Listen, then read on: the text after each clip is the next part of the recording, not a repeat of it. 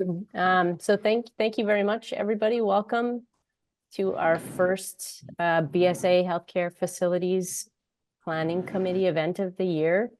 I'm Braden Reed. I'm one of the co-chairs, along with Maylee and Shreya, who are sitting in the room there. We are so lucky to have two presenters from Canon Design with us today. So I'm just gonna quickly read their bios for everybody who doesn't know Brian and Armand already. Brian McKenna is a principal with Canon Design, and he has over 25 years of experience in programming, planning, and designing various healthcare facilities. Brian has focused his professional career in this typology.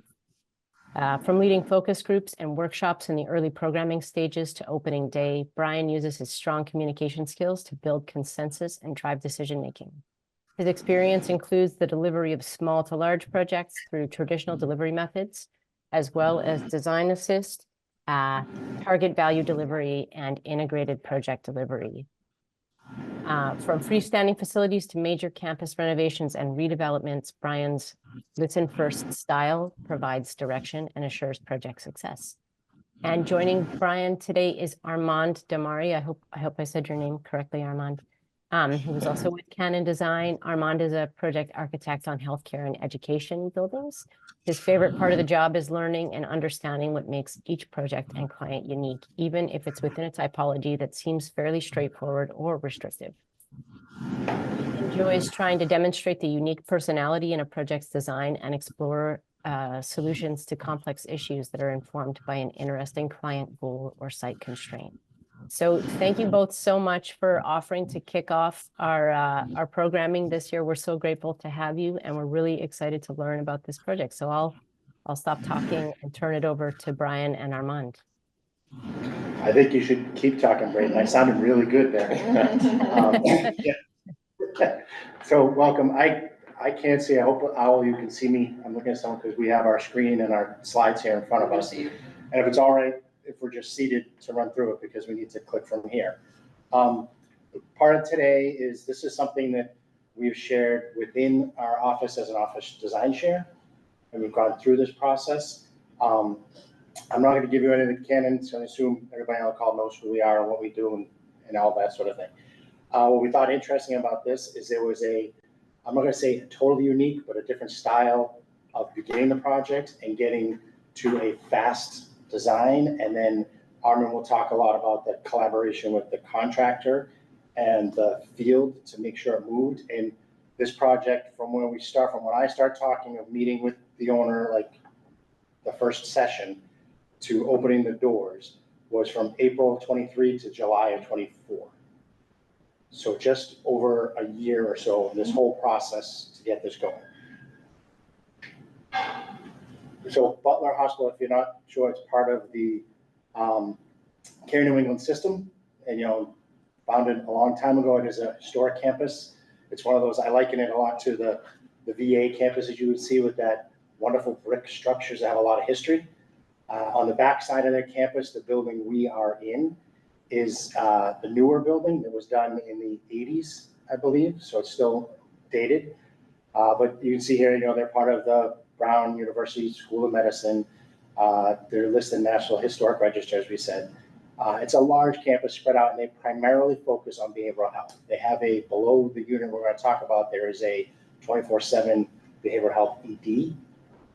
There above it is their newest unit.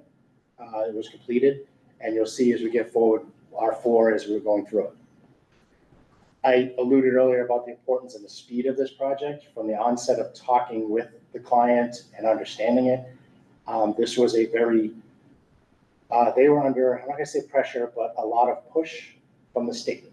There had been senators and congressional members that had appropriated funding for this. The state had appropriated funding. So Butler Hospital was in a partnership with the state on the funding of this project, which a large portion came from the state because they give kudos around. They recognize their issue, like everybody has, that EDs are overflowing with those that could be better served in a behavioral health setting, and that sort of piece. So when Butler had this space available, they partnered with the state to quickly try and develop this program to address the need that's quite frankly everywhere, but at least for the state of Rhode Island. The project specific, so we're on the second floor of the building. It's approximately 15,000 square feet of space. Some of their goals were like 15 double rooms to get 30 beds. They had 3-bed pods. I said that when they looked at it, they said, this is a short stay unit, which is more of that 2 to 3 day stay. So it might be a detox, it might be a small incident, but they have a mix of population. So they were looking at how could we flex if we had a heavy adolescent load, if we had a female, if we had a lot of detox, like could we flex things if we needed? Distributed staff. This was a discussion we had in the beginning with them. You'll see in some of our surveys of our initial talks of the idea that you're no longer, like the staff isn't in a nurse station where you're like behind a secured glass and separate. You're now out in the milieu. I always mess that word up. But you're out there engaging with the staff and more interacting. That was a discussion we had to have up front that really kind of drove a lot of the thinking as we went through it. And also like the isolation pod, the climate we're in now, could we turn one of these into something that could be closed off? That's more of engineering, but it fed well into the pod idea. So when we start off and we engage them, we had proposed to them the idea of a modified or a 3P event. And for those who aren't aware, it's a manufacturing term, but it has to do with the product production preparation process. And this one, say the production is probably a product, I would say, is the care to the patient. How is that produced? How are you getting that care to the patient? How is that received? You could read some of these as you go along. We advocate like it involves a multidisciplinary workshop, which you'll see we had representatives from security, patient advocacy, nursing staff, medical staff, ED, facilities, I want to say finance, everyone at this large grouping. And then with that group, you start to find, like the goal is to look at the process and eliminate waste. And let's find that it's quite simple. So when we went into this event, this is a statement. Our objective was to, work with the team to design a layout quickly that met the needs that they would identify, address the issues they were looking for, and also the biggest thing was to get buy-in. We needed a quick buy-in to avoid that down the road, how we're going to change, how we're going to move through. And these are some of the statements. You'll see we're also clear in the beginning, setting after talking with the client of what was in the scope and what was not in the scope. And it wasn't that we couldn't discuss it. It was just in an event, you have that parking lot list of things to talk about later. But this is clearly, and this was all laid out to the 40-something users in the room to say, talk about it, but we're not going to talk about it. So this is our focus. So here we are, day one. We have lovely old hall at Butler with 30 to 40 of their staff that they've designated. We asked for 2 days to do this quickly. And in that first day, and I'm going quickly through this, but so at part of our Canon design team, and even internally, we believe in that multi-view, multi-aspect element of it. There's a dedicated behavioral health practice out of our Buffalo office. So we partner with them on a lot of things when we want to bring that expertise in. So they came down, and based on that experience, we started right out the gate with, here are the drivers of behavioral health design, and reviewed them all with that group so that they can understand what they were, answer any questions, which you can see them right here, and I'm sure in the recording you'll have this, so I won't go into each of them. But the one I will say that usually pops up a lot and has popped up a lot lately is that safety and security, and you'll notice Armin will talk about that later. There's that simple phrase of I can be seen and see them, I feel safe, I feel welcome. And so in that exercise, then what we had them do was literally walk around with dots and tell us, what is your priorities? And then in real time, adjusting that, you'll see right here that 37, clearly safety and security were one of the top priorities they had. Others were there as staff mindfulness and health and wellness, views to outside. It's a nice floor. It has beautiful views out of the patient rooms, and the central milieu area has beautiful round windows that look out. So there's a lot of those elements. This is sort of where it starts transitioning into those of us in the design world of how do we take what they feel is their highest objectives and the design drivers and physically, create that. The floor plan on the right is the unit above, which is what was done. The unique part, the floor plan on the left, is the plan we were given, and some of the rooms are locked in because all the plumbing was already stubbed up. But there was a strong desire from the hospital to challenge the floor above. And they didn't want to copy, cut, paste that floor. They wanted to really explore what is new and what is going on, being about what do their staff want? How do they want to do this? As I said in the beginning, the talk of being outside of the nurse area and in the MAU, is a different theory. So how do they do that? So after we established those goals or their drivers, we had pre-prepared, it's not unlike, I'm sure a lot of you have seen, but pre-prepared 4 different sets of the program and the rooms. And we spent hours with them facilitating different layouts with different cross-functional groups. That would result in 4 or 5 different options. They all named them.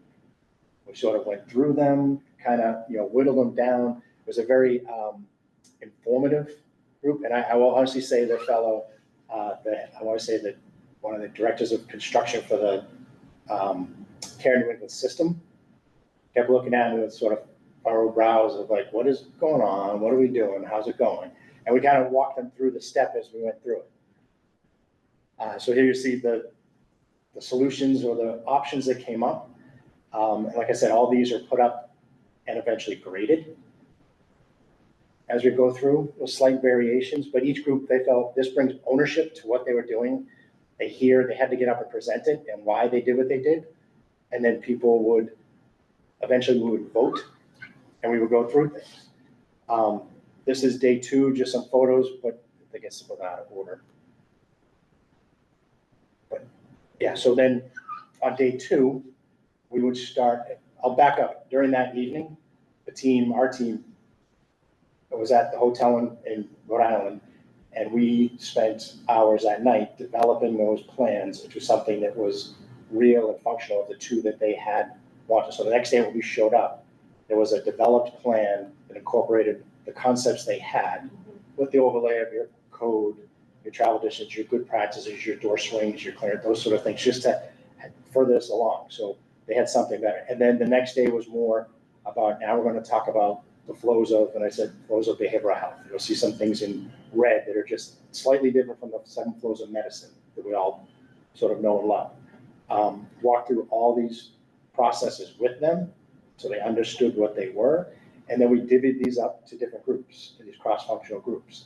And the plans that were selected, the 2 or 3 options, would then, one group had family and patients flow. One group had medication. One had supplies and how you're going to stock food, how you're going to stock the unit. And those plans, we'd say, all right, I'm going to do option 1 right now. And each group would get that plan, and then with string and tags, old fashioned, would map out, like, how would someone do this? What was the process they would do? Because in those user groups, you had that expert who brought the food or brought the supplies. In the other group, you had the security, but they were all cross-functional. And that garnered a lot of discussion and a lot of marks. And as we came through the end, they would get up and present on each one and what they thought, and then they would grade them. The group would grade on this particular family patient's flow. How did it score? Was it neutral? Didn't do any better? It did better? It did worse? Kind of thing. And as they went through that, so that we did that for both options and laid them all out. And then at the end, they were, picking an option. And by data, we go back to the drivers you had identified at the beginning, tie everything back to those drivers. Here's what you said you wanted to do. Here's what you came up with. Here's how we've accomplished that. And now in the flows, does that work and does this plan work? And I'm getting to the quickness. The end of that, what we learned from a previous one, and I'm sure some of you probably know this, but the fist to 5 exercise, and I don't know, have those in the room, have you done this before? It was, when it was first put in front of me, it was very powerful. So in this room, we've now come down to a solution or for the concept that everyone is agreeing to is the best of what we've done and got through it. And what we ask for in the end is that everybody close their eyes. We explain this to them, and The fist is, like you can see right there, no way, not gonna do this, all the way up to 5, I love it.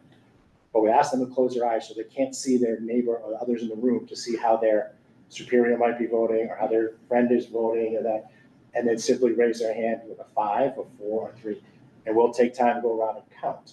And I can say for this, in most of our exercises, it's usually 4s or 5s because you've laid out the groundwork in front of it for the buy-in. And that, to me, that was the big turnaround, because at that point, the same fellow that gave me the furrowed brow through the whole conversation came over and said, okay, you're worth everything we just had you do for this one moment, because I have 40 people in a room that are gonna say the same message, that agree on the same plan, that are now voices for us to move forward with less distraction.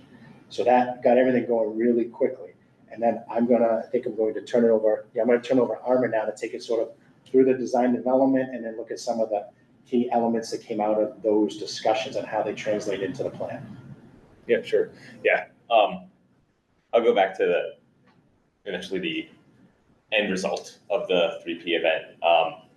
And a slight caveat to what Brian was talking about here is that, so we got 3 of these schemes from the users initially. And in our really late night discussions and working on these and trying to make them actually fit with the programmatic constraints of FGI and things like that, it became apparent that a 4th option could blend these together, which was what this is called, Three's Company.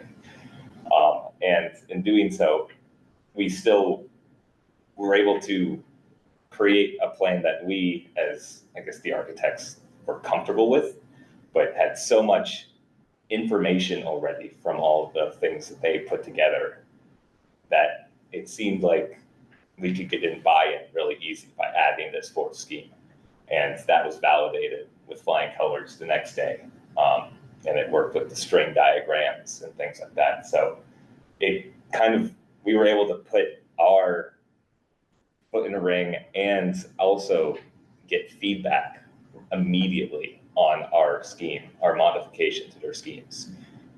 And the feedback was very positive. And like Brian said, everyone bought in and worked from it. So at the end of the 3P, this was the level at which we were at.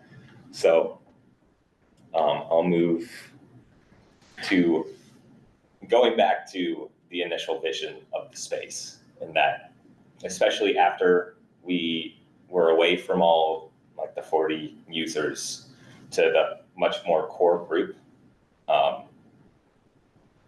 it became apparent that safety was definitely the priority.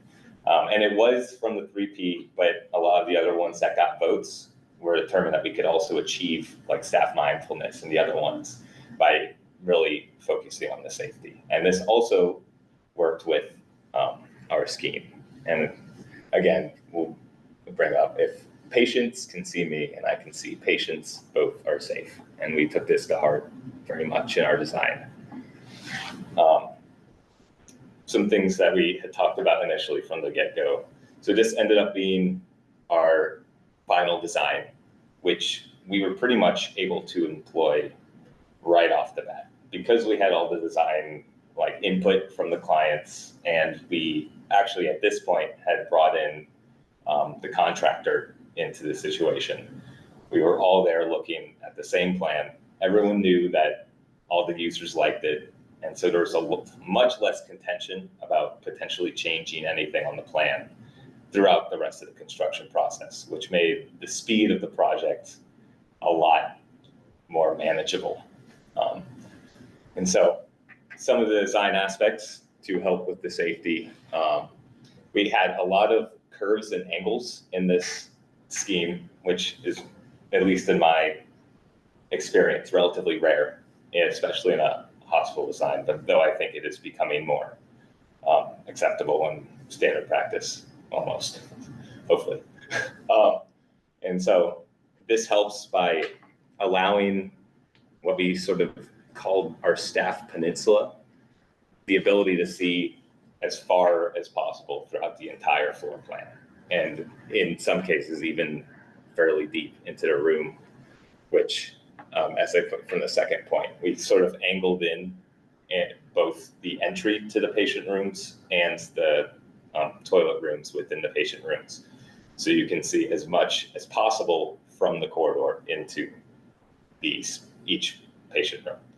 And this was important to us because at the 3P event, we got a tour of the level above, and we actually had a conversation with a couple of the patients there, and they discussed with us how they not only is it important for staff to feel safe in these spaces, but they also wanted to feel more safe in these spaces, especially with the 2-bed layout for these rooms.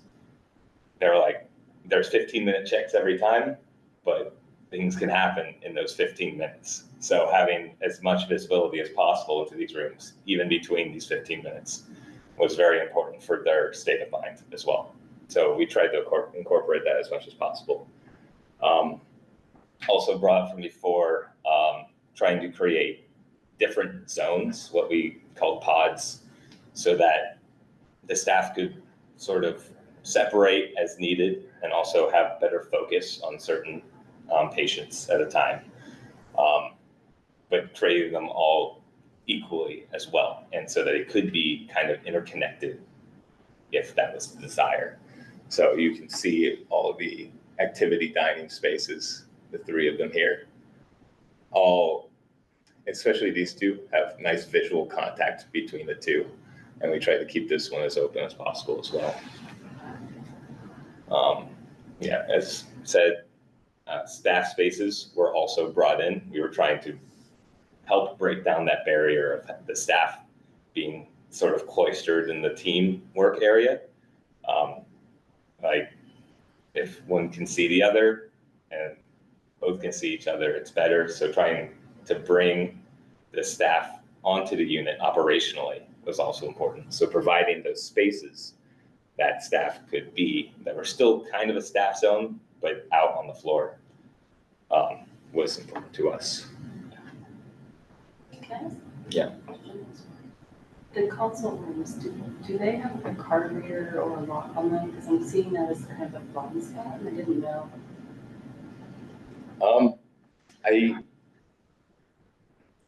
Yes. Yeah, I think there are card readers on the console and the sensory rooms. Okay. Yeah. Sorry. Yeah, of course. Yeah, and we also incorporated some lights for each of the consult rooms. So visually, you could see into each very easily. And in the sensory rooms, we incorporated lights in the door themselves to allow some visual into those rooms, but less, so that they seem a little more private. Yes, and as brought before, trying to organize it so that one pod was much more suited to being able to be closed off from an MEP standpoint for the potential of future pandemic. So along those lines, here's how we organized the smoke compartments. Technically, the space, the whole floor was small enough to where we didn't have to separate it into smoke compartments. But to make it easier to seclude one of the pods, we literally put the smoke partition along that line to separate what was pod 1, the pandemic isolation pod, into itself. And to help that, the ability for it to function autonomously, we have a smaller satellite team room and satellite meds room here that include a doffing and donning areas if that's needed.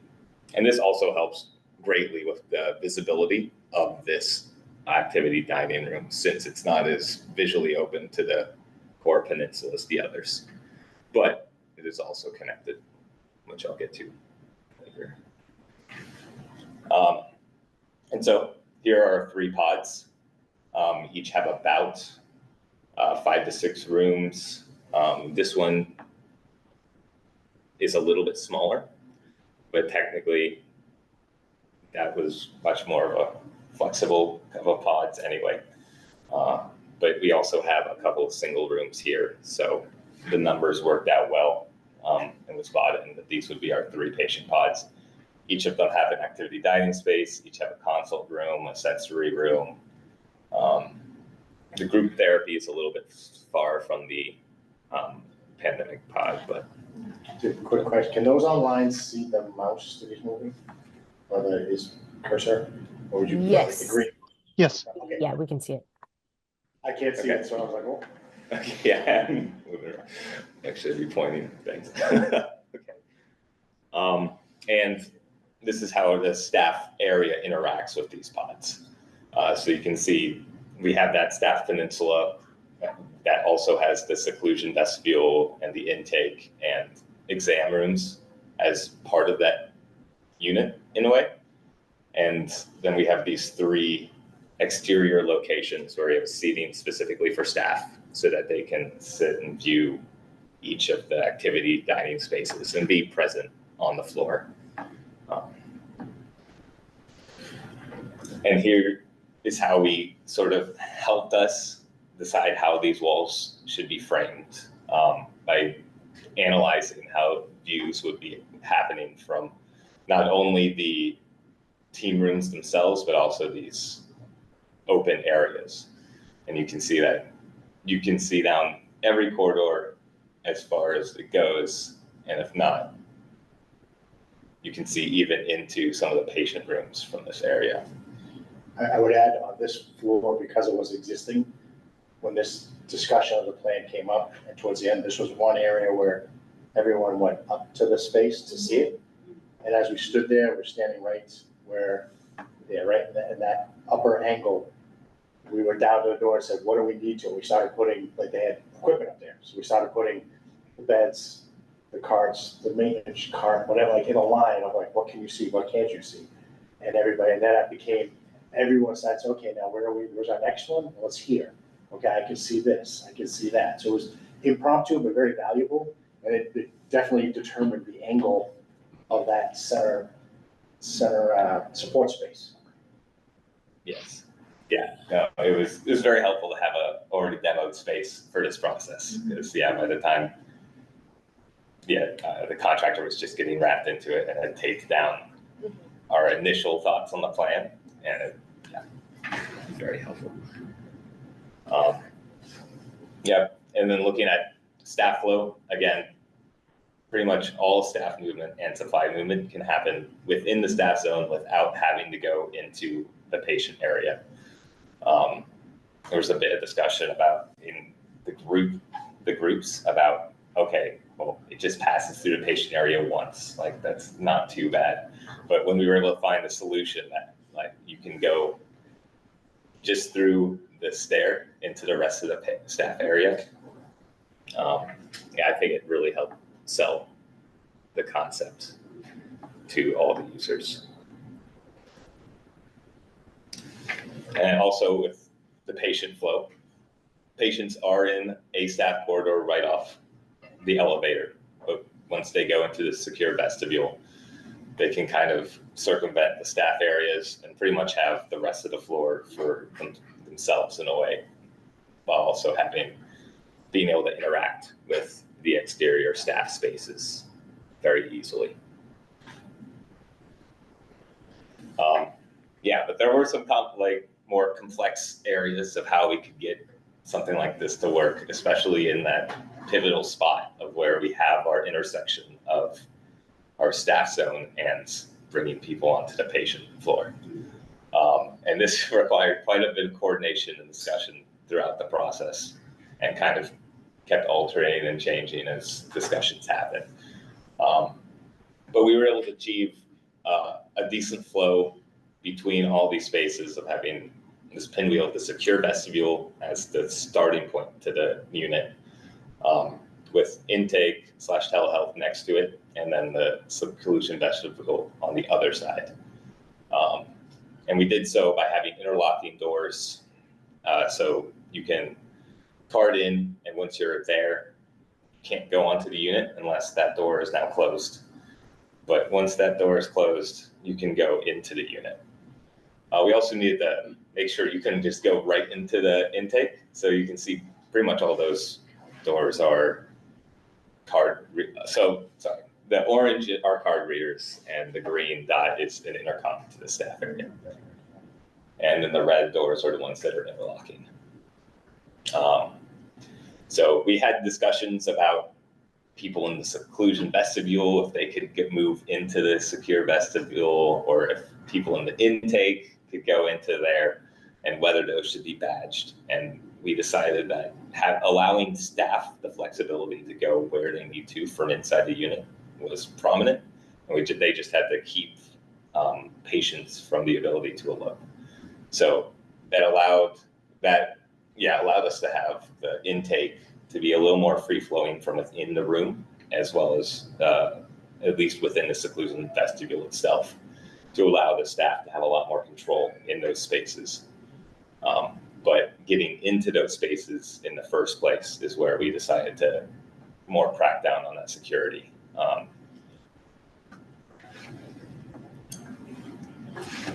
And so that all worked out really well, no problems. Of course not.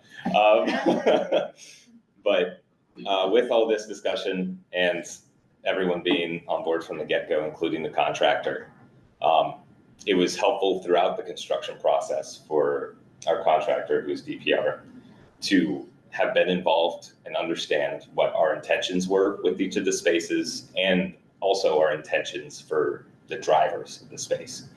And so when they got to dealing with the existing conditions and trying to build out the space with us, it was a much easier collaboration. Like we could say, like, remember these discussions, and they couldn't say no, they were there. So that was very helpful. But one of the first construction challenges was sort of dealing with what was left before. In that, I'm showing again the space that was above that is active as it is.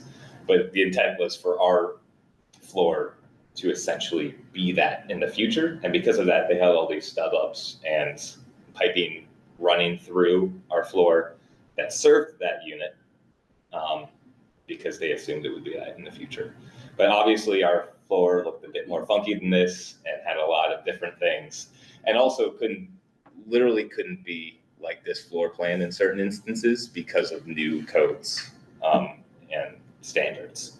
So though there was a little bit of complaining and desire from DPR to try to move things to have it line up perfectly, we were able to find a few compromises where we were able to move a wall here or there to allow for kind of encapsulating some of these pipes, so we didn't have to disrupt above and below as much. But also there was an understanding of which ones were like, no, this doesn't fit our concept, we need to work through. And also, so I'm relatively new to being a project architect. And so working with the framers was fairly complex on this project because of how many angles and curves there were. So there were a few meetings that required me going and just talking with the framer about what was important, what wasn't important in the dimensioning, to make sure that every room was the same and it all still worked really well. It was surprising. Yeah, and I'll add, you said DPR, BR+A was the engineer, and early on with them involved, and quite frankly, routine meetings with the facilities folks, say 70% of these pipes were able to be understood that they could be relocated or moved or shifted. The ones that were difficult is, I'm going to say, we're out there saying, okay, let's figure out how do we work around this and work with it. So it's a very, again, that whole multi-visual, multidisciplinary kind of multi-views all the way through. Some other challenges with having behavioral health are standards to have plywood behind all the gypsum so that folks can't get into the walls. However, with the curves, having plywood is sometimes more of a challenge than others. But we found alternatives throughout, and we were able to modify some of the radii so that the plywood would work with them. And in the end, it was actually quite beautiful walking through all the plywood walls, all the curves and stuff. You don't usually see them like that. We also had So floor to ceiling was 14 feet. And we tried to keep as many of the spaces with a 10-foot high ceiling as possible. And initially this seems to be perfectly fine, but as things happen on the field, of course, some tight spots became an issue. But again, collaboration with the contractor, we were only had to like drop the ceiling by 6 inches in like one spot, which was right where the smoke barrier was, which was honestly amazing seeing how that was all crafted in there. But otherwise, we were able to keep all the ceilings at 10 foot, which was great and out of reach of patients. One of the bigger construction challenges was sort of working with subcontractors who hadn't really worked on behavioral health spaces before. And our behavioral health team wanted to start incorporating new standards of trying to eliminate as many hard corners as possible. And that was easy to say on plan. And we got through fairly far in the process before the subcontractors were like, well, if that's rounded, then how do I start connecting things on both sides of the wall? And so that started to require quite a bit of coordination on the field of how we can, like, for instance, how the epoxy curves and how it meets our wall base as that starts to curve when these two wall bases are usually made to be meeting at a 90-degree angle. So obviously we employed the epoxy more because it's a much more flexible in the fact that it can curve a little bit more. And another one of these, probably the biggest one, was using our sliding doors and how that a sliding door that is anti-ligature can interact with the wall behind it. And to do so, it has to be incredibly close to a very level finish behind. And so they did not understand how, I guess there was a miscommunication about how wall base would fit into this situation. And so luckily we were able to work out a method to keeping the wall base, keeping the door sliding, and keeping it anti-ligature at the same time. Well, what did you do? Did you shave the door, or how did you? So essentially, originally we weren't going to have frames that would surround our door. We just had the header that the door would slide on. But it was determined that we did want cove base throughout the room, but we couldn't have cove base behind the door. So we found the solution of putting in our own custom frames, essentially, that connect to the header to create a divide between the cove-based part of the floor and the sliding door part. And so we essentially just got rid of the cove base and cold welded the floor up the wall to essentially become the base behind it. Which would be an interesting thing that I remember was the sliders were a result of the facility director absolutely adamantly against above the header alarms. On these doors, when you have a patient, they're going off all the time. I don't want to see them.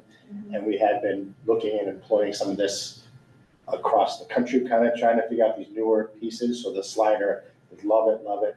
And then the frame, which essentially encapsulated the door. So now there's really no ligature point because it's wrapped on the side and the top. They're like, okay, this actually turned out to be a win-win all the way around. And from checking in, they love these doors, they love it. So yeah, no, it's great. And I think we were working together with the door manufacturer to sort of try to advance this because it seems like a relatively new typology of door. Interesting enough, I've talked with others, and not many people have behavioral health sliding doors. So, What was the model? Was Acura? it is an accurate door. I forgot the model name, but I'm sure they would be very happy to discuss it with you. I think they're trying to build a brand on it. But where doors met and rooms changed isn't the only issue. Where we had rounded corners. Another example was at the window sills, the frame of the window itself. We tried to eliminate the hard corners there, but didn't realize that the sill, the coriant or the solid surface sill would have to curve with it. So just the small details of when you start to soften edges, what materials usually expect there to be a hard edge there. So that was something to learn. And then I think the final one that we dealt with was nurse station visibility. They didn't really want integral blinds. They wanted a constant view out from the team station, which is very much in line with the original concept. So we decided to go with one-way glazing to allow that. But one-way glazing is notoriously difficult to function properly if you have the same level of light on both sides.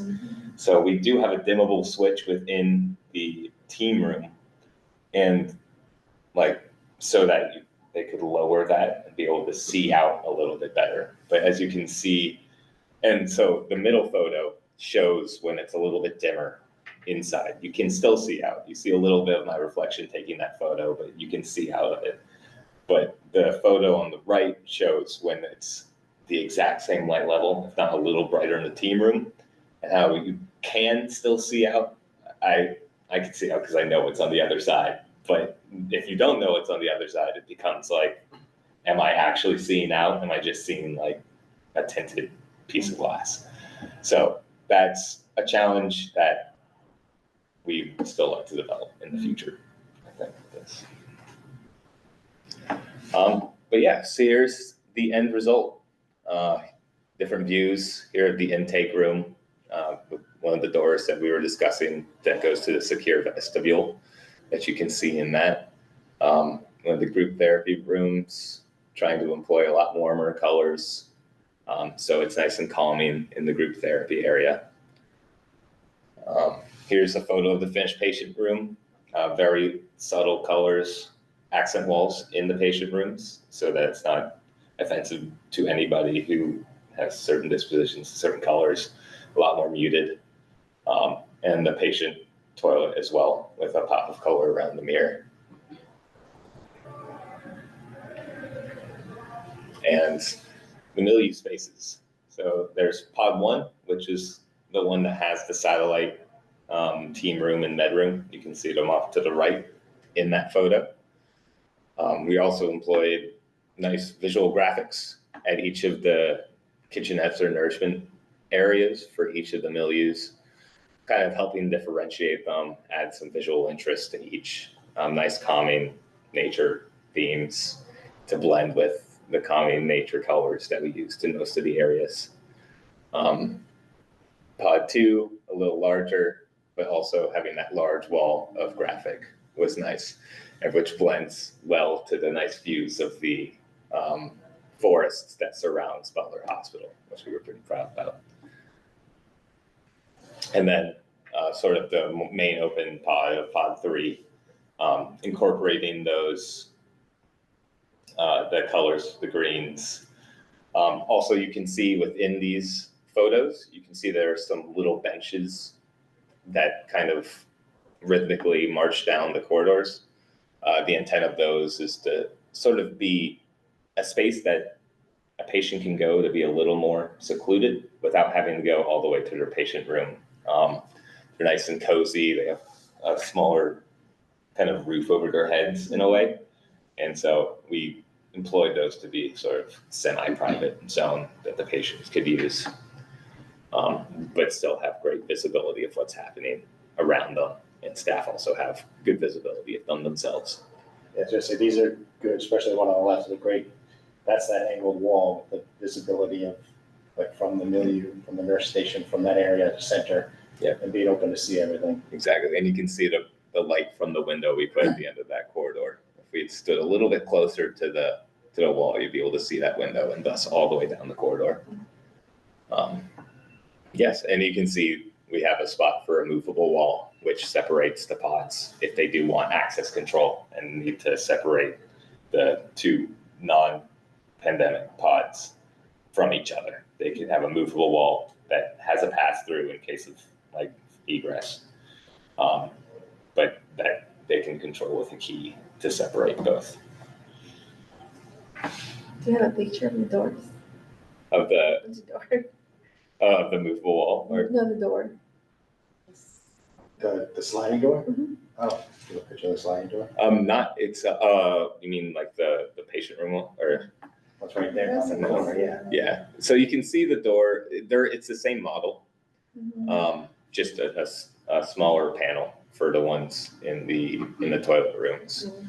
But yeah, so initially it was just going to be the header, but you can see we added these two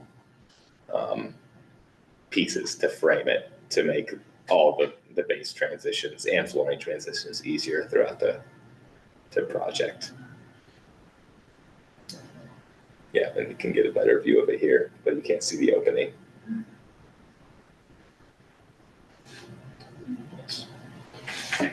This was just thrown at the end because I said in the beginning the importance to the state of Rhode Island.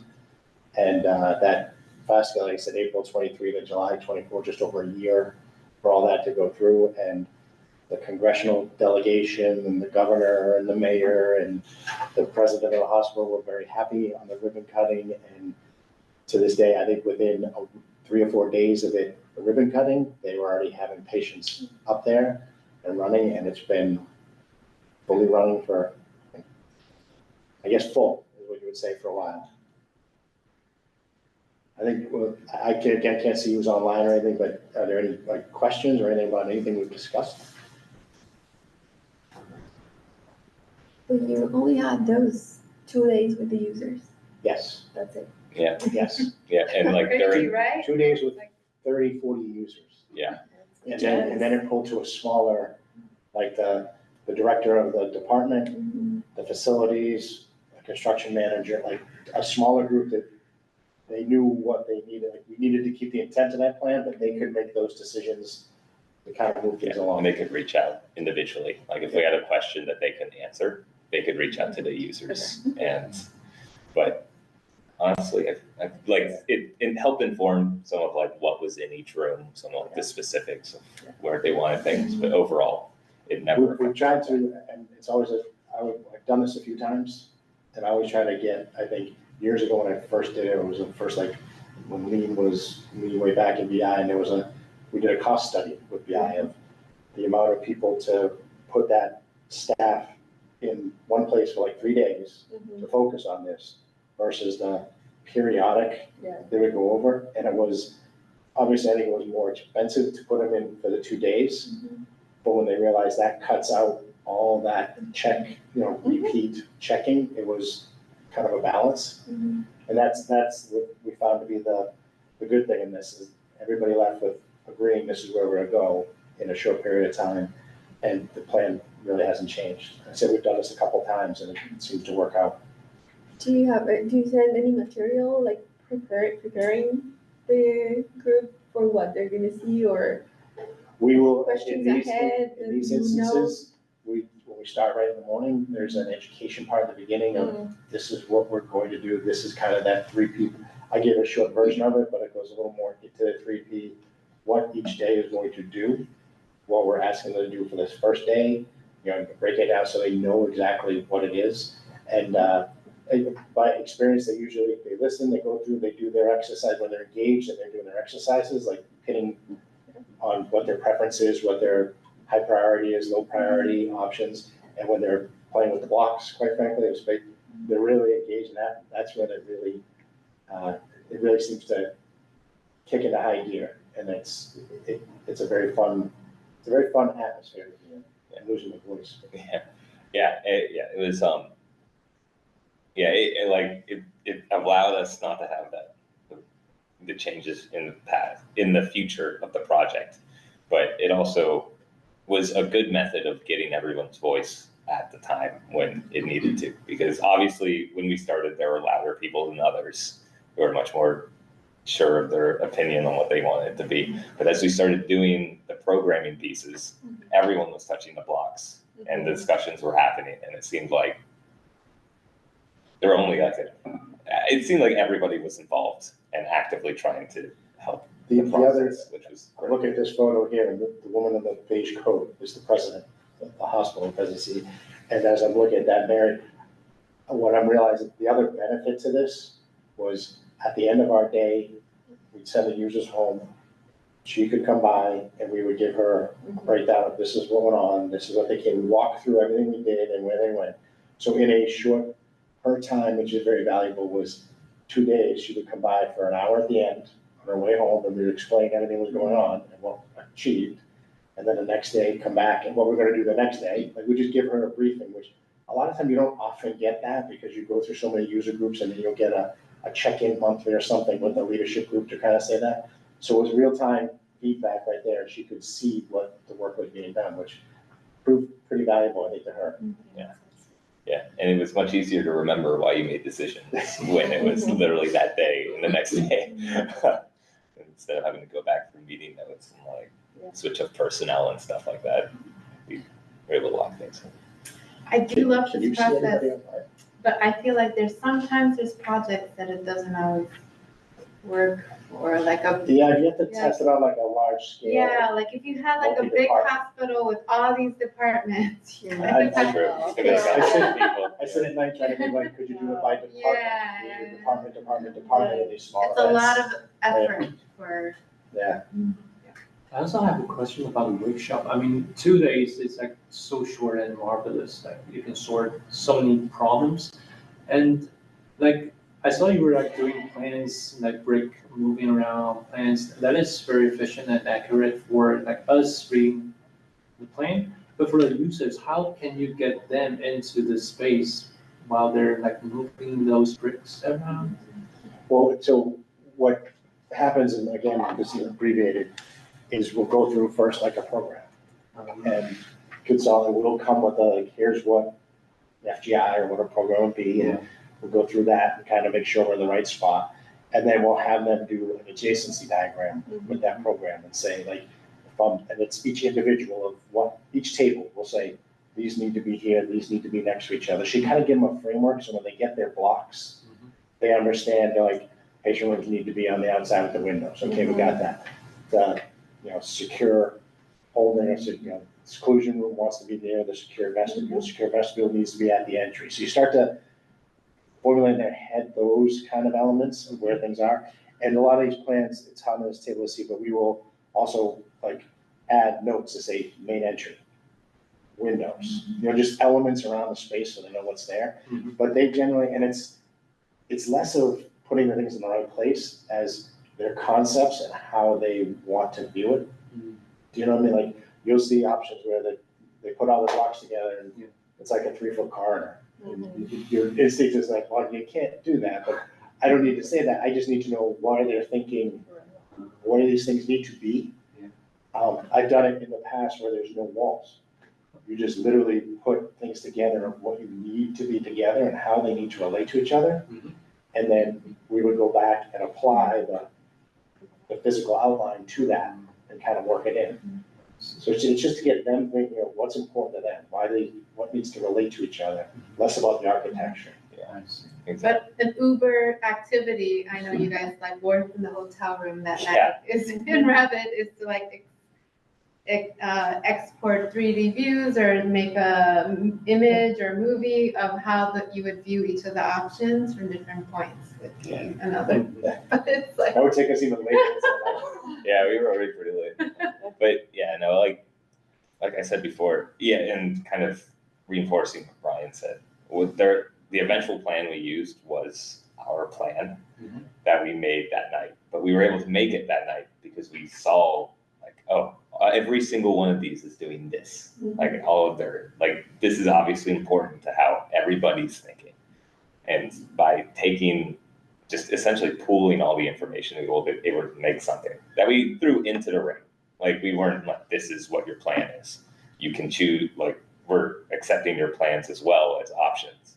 But because we were able to look at everything and obviously, I guess with our training spatially, we were able to make something that worked well. Yeah, and then, and this was benefit, like, as we're sitting here popping in my head, the short 2 days, you said at the end of this, we'll provide the PowerPoints that we started, like what we taught them, and then you'll see in the lower right, Heidi here is up on the table taking photos in document area, and we'll start to slide that in to map out everything that went on. So I say it's for personally, I'm not a big reader. these sort of things. But a visual PowerPoint of what went on and images and things is sometimes easier to flip through than, reading meeting minutes from users. So. Do you have, was the GC on board before? What was the They were contract? brought in, the GC, they were brought in around schematic. We had this concept and the leadership was good with the concept. We're starting to develop it. We did tweak some things to get a little polished, and that's when they had interviewed, but that's when the CM was brought in. So they could discuss like what is long lead time, what do we need to get ahead of, how are we gonna do this, that kind of. And for finishes and all of that, who was designing for those? They were not at this part, right? No, that did come later. That was one of the meetings that came after the 3P event. We had our own interior, like a couple meetings. One that was kind of ideation, what do they envision? We had a few different schemes. They chose the scheme and we ran with that. But that was a smaller group. It's a smaller group, but it's connected. So in that behavioral health studio, I said in Buffalo, there is an interiors part of it. So they can come in and these are the material you need, what you want, and some are new, some are been around for a while. And here are the themes that present comedy, present this, present that. So it's still a controlled, here's what you want. And that went through the users and went through facility folks to look at. Yeah, and then the core users could present that kind of who they wanted. Which, after the 3P event, we were, I guess, kind of gatekeeped to our core group that we were discussing with, which in a way you want to see what the actual users of the floor want to say, but it allowed at least a level of, I guess, filtering. Efficiency and speed, yeah. That allowed us to keep pace, because if we were getting all these different ideas from the immediate users, it may have slowed down the process and started creating conflict. So there's the pluses and minuses, right, of that. Cool. Very cool. Is there questions online? I can't see the There's just Scott and I still online. I have a quick question. How were they managing this patient population before this unit was built? So that was, part of it was in their 24/7 ED below, but a lot of this patient population is that, we'll say the overflow or the overburdening of the EDs across the state. So that's why the state was heavily vested in this. The government moves along to create a space where they could not just, and they were clear, it's not just Butler, it is other emergency rooms where someone could be brought here instead of the ED for that specific need. Yep. I don't know for how long it's been open, but have you been able to at least anecdotally get any feedback from them if that's been able to like decompress the EDs? We're in the due, it region? was open July. Yeah. So we're due to go back and sort of do that post-evaluation. Yes, definitely. Understanding with their leadership of like, how did this go, what's it? But I can tell you from like casual conversations with the facility director, and going through that, it has been cranking and cranking, his words, like it's a need. It's not sure, it's how it functions, we'll find out, but it has been running full for a while. Thank you. Hey, with the nurse stations, team areas, did you have a discussion about how open those wanted to be? The pictures seem really very enclosed, actually not a lot of windows. Can you talk a little bit about that? So there are, I'll say, reproach it, probably, hi Scott, by the way. Hey, Frank. Just similar to others, like we've done like the 3 levels. It's your enclosed, in a real fish tank, if you will, a fish bowl where you're there. There's that wide open. There's ones where you make the counter a little deeper, so you're just perceived to be a little further away. What came from here was this was a place to do work. And then their direction was, the President Mary wanted to change this model. This was their vehicle to change their model of, you're not in the nurse station where you should be out with the patients and interacting with them and watch them, which is why those spaces that Armin talked about just outside, those seating areas and chairs, that's where they're supposed to be. They're only supposed to be in the work areas when they're doing work, when they're head down doing charting. So there was a purposeful, you needed to be, look out and see, but the purpose and their commitment operationally was that they would be out in the space doing that. That's, for me personally, it's probably one of the top things to go back and understand, like, are you actually out there? Or are you all back in the room? Because, you always want to know if it performs like you thought it was going to. Yeah. Exactly. Thanks Address your for question. explaining that. Yeah. Yeah. And I have the same question, yeah. If the staff are all on that desk and not in the open, and you're a patient and you just see one-way Yeah. mirrors, it would be very unnerving. Which was the deep Who's discussion of, looking at me? when you got into that, the discussion and not the fault, but the force was, that's why we're being out. That's why we want to be out with the patients. We don't want that like segregation or separation. Yeah, the success definitely is dependent on getting everyone operationally to work like intended. Yeah, because it's true. We were deciding to put like more windows, and then it became like, oh, well, then people are just going to sit inside because they can see everything anyway. And then if we're talking about integral blinds, like if you close it, then you can't see well anyway, but it's a space for work. So they don't want to be necessarily disturbed by the patients because there should be staff on the floor. Like, so there was a few different considerations to try, and this was the best, I guess, compromise that we had. And yeah, like Brian mentioned, doing post-occupancy on the space will be very helpful.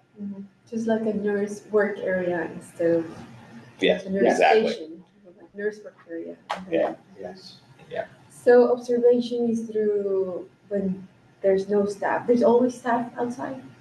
That's the intent. It should, yes. That was, in the discussions we have, is they were always going to have, if you weren't directly working on something, you would be outside.